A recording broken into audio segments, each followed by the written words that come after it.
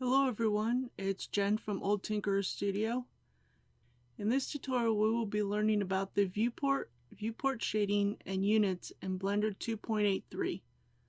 So let's get on with the tutorial.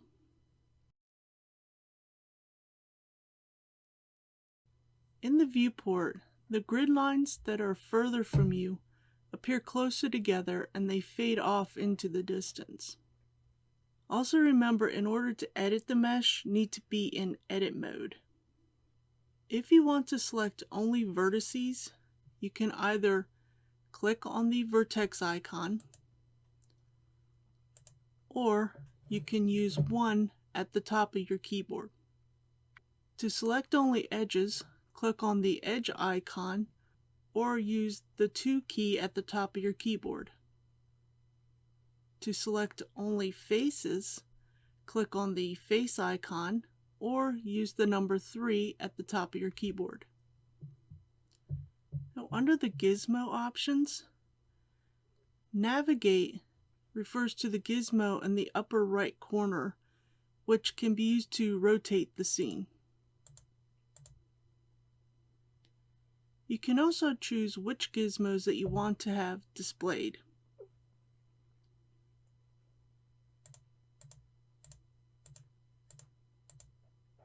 The Overlays option allows you to quickly turn just about anything on or off in the viewport. You can also turn on or off the grid or individual axes. You can also change the scale and the subdivisions of the grid. You can also hide the text info, which is this upper left-hand corner.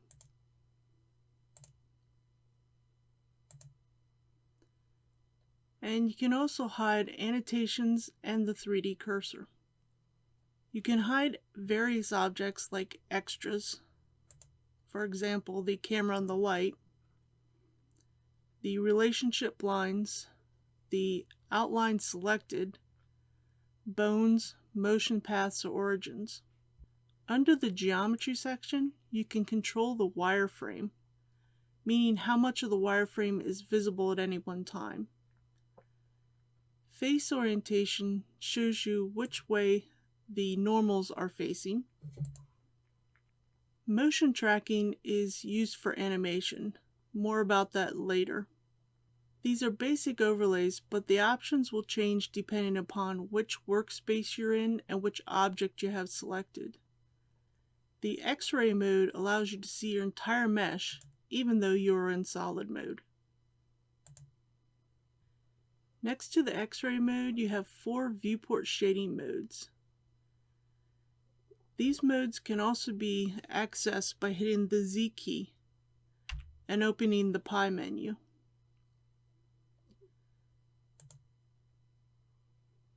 The first mode is wireframe, which shows your mesh in wireframe mode. Next is the solid mode, which shows the mesh in solid mode without any texture or material.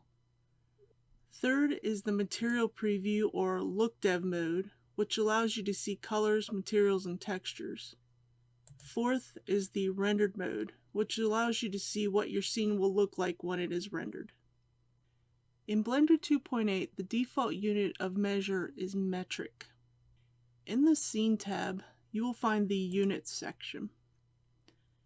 Metric is the default unit, but you can also use the imperial unit.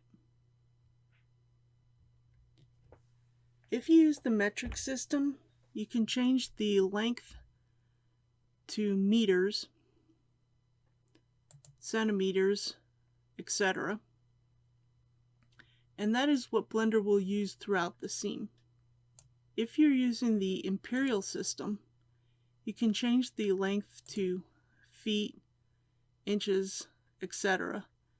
And this is what Blender will use throughout the scene. You can also set the unit scale, the rotation units, length units, mass units, and time units. In the next Blender 2.83 Basics tutorial, we will be exploring tools, gizmos, and popovers. If you're interested in learning more about 3D art and animation, don't forget to subscribe and turn on the notification bell. Thanks for watching.